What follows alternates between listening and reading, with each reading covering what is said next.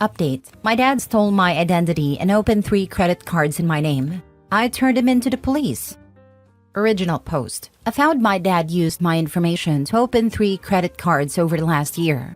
When I went to get a pre-approval for a mortgage, I was told by the lender they wouldn't be able to give me a home loan because of the defaulted credit cards. They also said I probably wouldn't be able to get a loan from any lender because of it and gave me a sheet of paper explaining what I need to do in order to fix it. When I tried disputing the cards, one of which is already in collections, the disputes got closed out as the debts were verified. I told my divorced parents about it and their answers were pretty wildly different. My dad said these things happen and that I should be more careful in the future with my social security number. Seeing as I've always been careful, that made me pretty mad. My mom said she thinks my dad might have something to do with it, since him opening credit cards in her name had a part to play in their divorce. She told me he ran up about $50,000 in credit card debts on secret credit cards. A few days ago, I ended up casually telling my dad I'm going to have to file a police report for the credit cards. He told me I probably shouldn't do that because $15,000 isn't that much in the grand scheme of things. When I told him it was keeping me from buying a house, he said I could just wait a few years until they fell off my credit report. He said it would only take another 4.5 years. When I told him I obviously couldn't wait that long, so I have to file the police report, he straight up told me not to do it and to just be more careful in the future. Once I told him I already got the paperwork together from the credit agencies, he told me he had opened the cards to pay for living expenses over the last year. He said his work slowed down a little bit, but he'd do what he could to help pay it off. He said it would ruin his life if he went to jail. I'm leaning towards going to the police anyway, but I didn't write that minute. I have everything in front of me today to go make the report.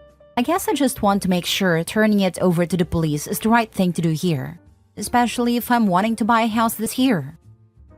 Now for the top advice before reading the updates. Report him for fraud. Now that he is older, a little prison time shouldn't bother him. A-hole. Report him instantly so you can have your life back. He knew this would happen, but just put it off until you grew up. If he wasn't your dad, you'd have reported him already, right? Well, think about this. Why didn't he give you the same respect and not ruin your credit because he's your father?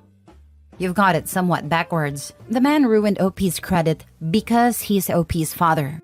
He didn't do it to some random stranger on the street. He victimized his own child instead. He victimized his own child because it was easy too. Parents naturally have access to their child's social security number from the child's birth. Easy pickings. Would he do it to someone on the street? Most likely yes. He seems the type. But that's harder to do. Screwing over your wife and kid is easy because those numbers are readily available. And he banked on family love to keep himself out of jail. Report him. The same thing happened to me after my parents disowned me and I was an undergrad. I learned a lot about personal finance and got it sorted out and paid off the credit card bills. Then I find my dad trying to do it again. Told my family to stay away from me and gathered evidence that I would take them to court for the debit and identity theft. The fact that your dad is so nonchalant is giving me PTSD. Sign up for credit checking and or credit monitoring service to prevent any further activity, and definitely file the police report. Now for the first update. I spent about half of the day reading everyone's comments and it pretty much solidified what I was going to do.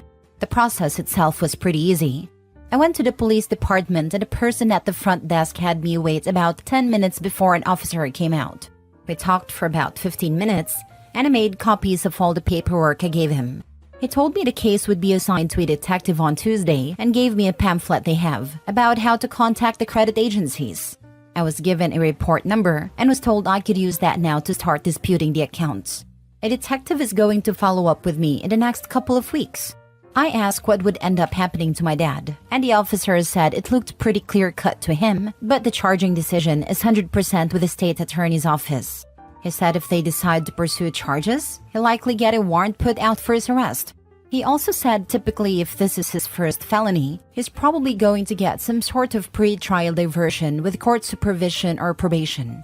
He probably won't go to jail for years, but if he gets picked up on a warrant, he's going to spend at least a little bit of time behind bars. I've decided I'm okay with that, because it's obvious to me he did this purposefully. He's never been arrested before, so hopefully this is a wake-up call for him. At the same time, he completely did this to himself. I'll update whenever I learn more. Well done, Opie. I was so mad on your behalf reading the first post. It would take everything in me not to use his words against him. Jail time? It's just a few years. You've ruined my life? No, you did, by trying to ruin mine. I hope the marks come off your credit report like it's made of Teflon. Good luck on your home ownership journey. Same here. I couldn't believe how Opie's dad just expected Opie to suck it up and have to pay that fraud off themselves. His attitude was essentially, "It's okay, son. My fraud won't affect your life for too long. Yeah, I've inconvenienced you a little because you can't buy a house for 4 more years, but it'll go by fast. Oh, in the meantime, I'll try to pay back some of the debt I racked up on credit cards I created using your social security number." He did this nonsense to Opie's mother as well. I'd be encouraging the mom to do the same and get her credit cleared as well. Perhaps when she sees how Opie cleared his credit up relatively quickly, she'll pursue him as well. Makes me sick a parent could do this to their own kids. Parents are supposed to protect their kids, not burden them. My dad and my stepmom are kinda bad with money. When I lived with him, he'd sometimes borrow money but never get it back.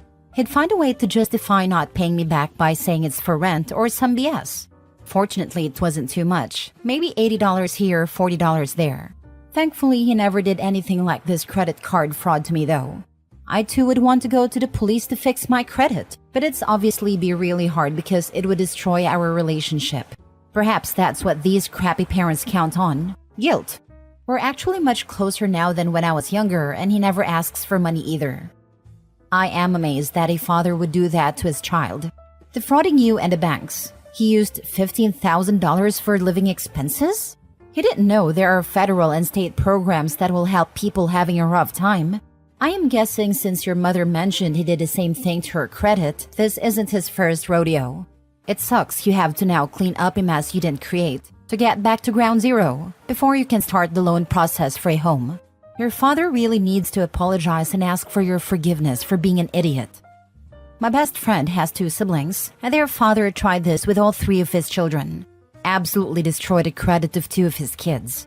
My bestie is smart and got keen to his game even as a teenager, and was the only one he couldn't/didn't screw over, because she was so vigilant about keeping him away from any of her information, monitoring the mail, things like that. So sad, considering she was also a teen parent trying to claw her way back to stability and create a better life for her kids, and she did. I think this is more common than people realize. Mine did something similar. Was just because he couldn't control my mom's shopping habit and didn't want her hassling him. I'm pretty open about talking to people about it, and I've had a surprising number of instances where people talk to me privately to relate some similar story. They don't talk about it often to avoid generating ongoing conflict within their family.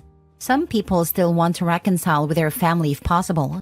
My dad's dead now, and my mom bounced when no longer financially beneficial for her to be around, so it never has been an issue for me.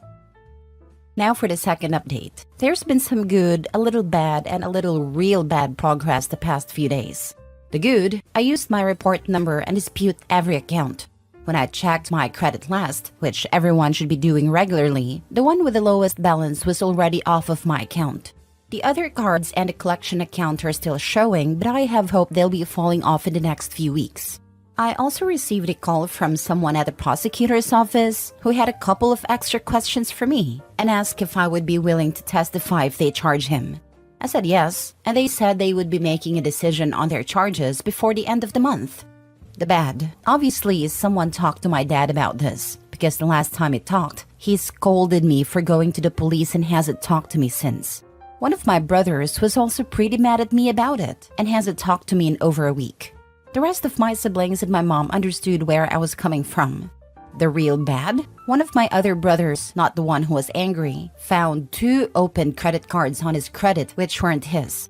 He checked his credit score for the first time in a couple of years, and he said it was down about 150 points from where it used to be. He's now in the process of dealing with that. He doesn't have any positive proof yet that it was our dad, but the fingers are pointing in that direction. This still blows my mind that a dad could do this to his own children. And moving forward though, I still hope to be able to purchase a house before the end of the year. Edit. Also, I think all of my other siblings, there are 6 of us, are checking their credit too. Probably for the best. I'm not a psychoanalyst, but something tells me he has an addiction of one kind or another.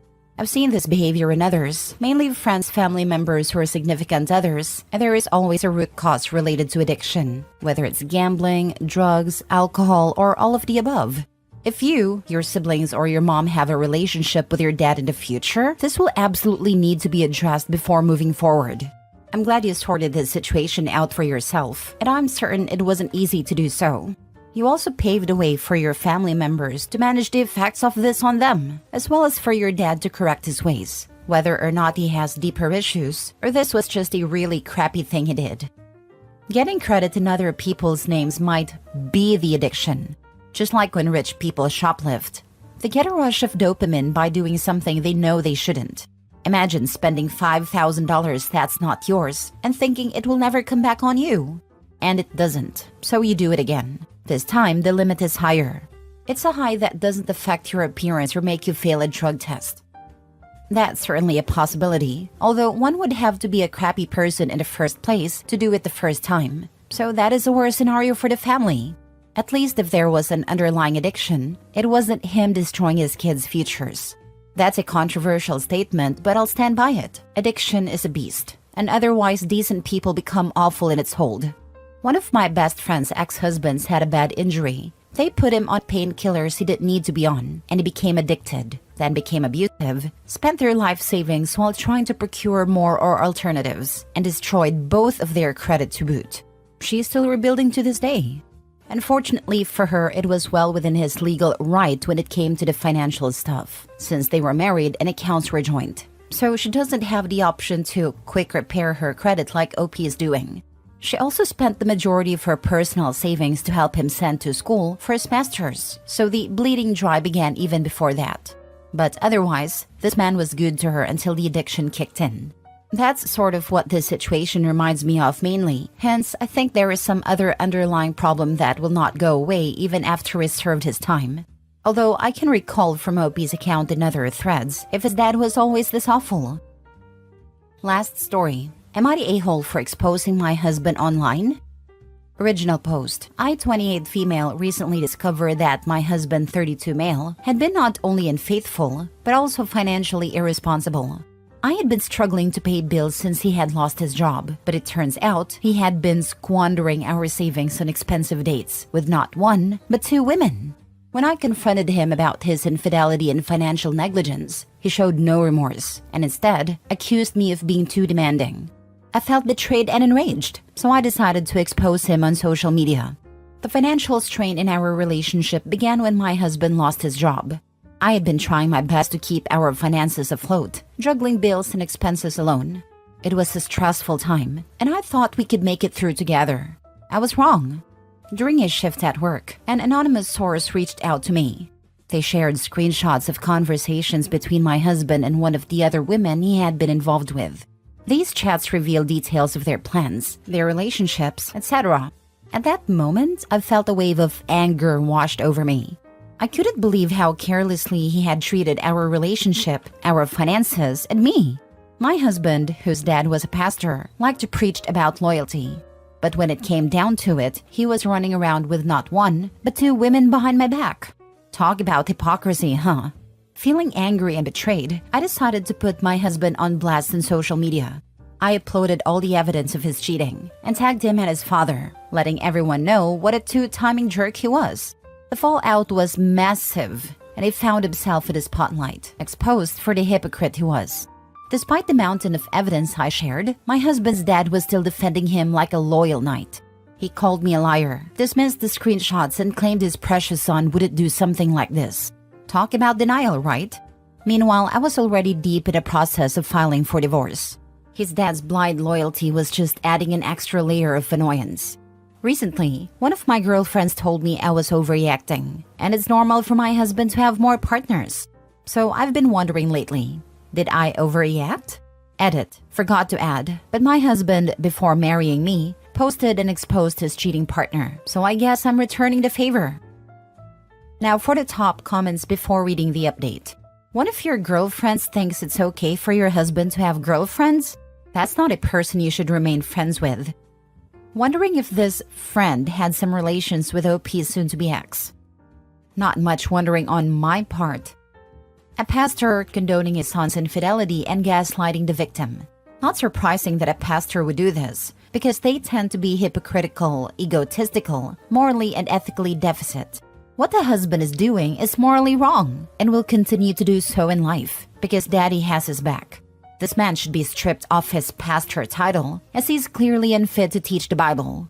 To the wife, to hell with him. Find yourself someone who won't treat you like that.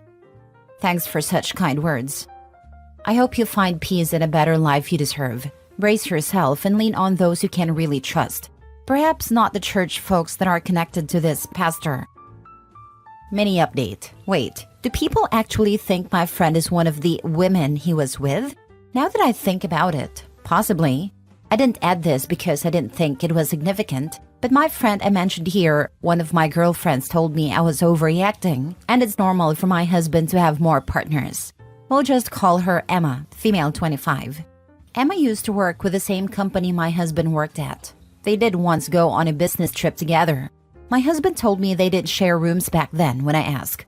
But now that I realized it, the company only provided one room.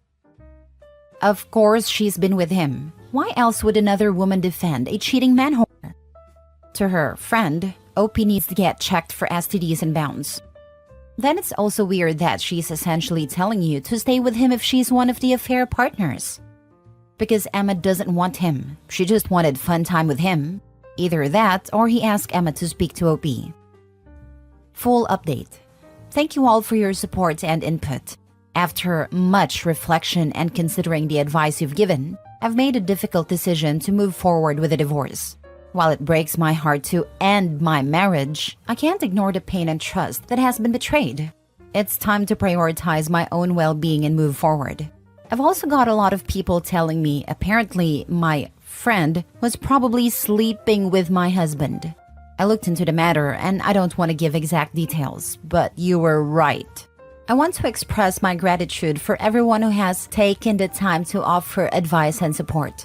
I know it's easy to doubt online stories, especially on a new account, but your insights have meant a lot to me. While this is a painful journey, your kindness helps make it a bit easier. Thank you all for listening and offering guidance.